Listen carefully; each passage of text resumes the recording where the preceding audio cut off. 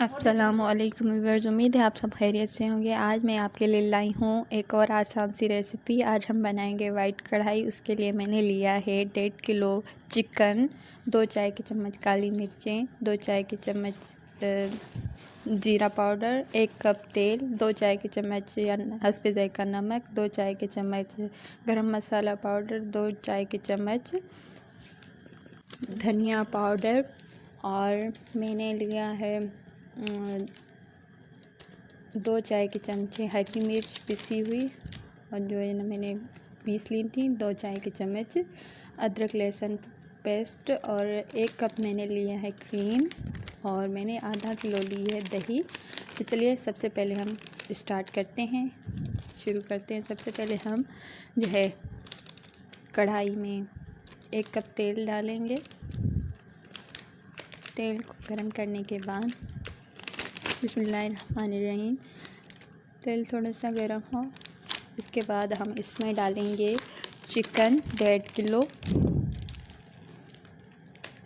Chicken मैंने धो के साइड पे रख दिया था। अब मैं डाल रही हूँ इसमें चिकन। इसमें हड्डी वाली बूटियाँ भी शामिल हैं। देखिए,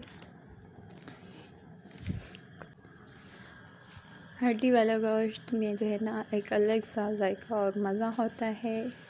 और मैंने बूटियाँ भी ली हैं। अगर आप बूटियाँ छोटी करनी चाहें तो और ज़्यादा मज़ेदार बनेंगी। चलिए, अब हम गोश्त को अच्छी तरह से भूनेंगे। तकरीबन इसको पानी खुश्क होने तक हम इसी तरह से पकाएंगे। और इसमें हम लहसुन अदरक का पेस्ट और जो हरी मिर्च का पेस्ट शामिल कर देंगे, और इसको अच्छी तरह से मिक्स करेंगे ताकि हमारा गोश्त में जो है कोई बू ना रहे। और इसमें अच्छी तरह से मिक्स करने के बाद हम इसमें हस्बे ज़ायक़ा नमक डालेंगे। आप अगर चाहें तो इसमें कम या ज़्यादा अपनी मर्ज़ी से कर सकते हैं नमक को। जब तक ये भून लें तब तक हम इसमें मसाला सेट करते हैं। इसमें मैं डालती हूँ तकरीबन 2 चम्मच काली मिर्च दही में शामिल करेंगे, 2 चम्मच हम इसमें जीरा पाउडर शामिल करेंगे, और 2 चम्मच हम इसमें धनिया पाउडर शामिल करेंगे। दही में हम इसको अच्छी तरह से मिक्स करेंगे, और अच्छी तरह से दही को मसाले के साथ अच्छी तरह फेंट कर हम मसाले को तैयार करके रख देंगे। तब तक हमारा गोश्त भी अच्छी तरह से भून ले। ये देखें, गोश्त भून चुका है। अब हम इसमें दही शामिल करेंगे। देखिए, इसको शामिल करके इसको अच्छी तरह से भूनेंगे। गोश्त को अच्छी तरह से दही में भूनेंगे हम। बहुत ही मज़ेदार रेसिपी है, ज़रूर ट्राई करें और कमेंट्स में बताएं कि आपको रेसिपी कैसी लगी।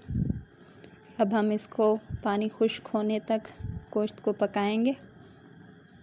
पानी खुश्क होने के बाद हम इसमें 1 कप क्रीम शामिल कर लेंगे, और इसमें हम हरी मिर्चें मैंने डाल दी हैं, और इसमें हम थोड़ा सा गरम मसाला भी शामिल करेंगे।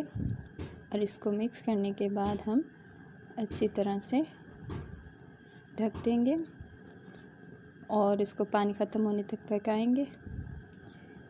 ये देखें, गोश्त में पानी अच्छी तरह से ख़त्म हो चुका है, और हमारी वाइट कढ़ाई रेडी है। अब हम इसको सर्व करने के लिए डिश में डाल देंगे।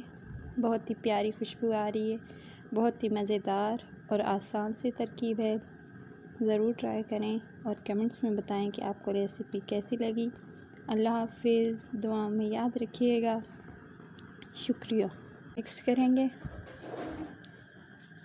और अच्छी तरह से दही मसाले के साथ अच्छी तरह फेंट कर हम मसाले को तैयार करके रख देंगे। तब तक हमारा गोश्त भी अच्छी तरह से भून ले। ये देखें, गोश्त भून चुका है। अब हम इसमें दही शामिल करेंगे। देखिए, इसको शामिल करके इसको अच्छी तरह से भूनेंगे।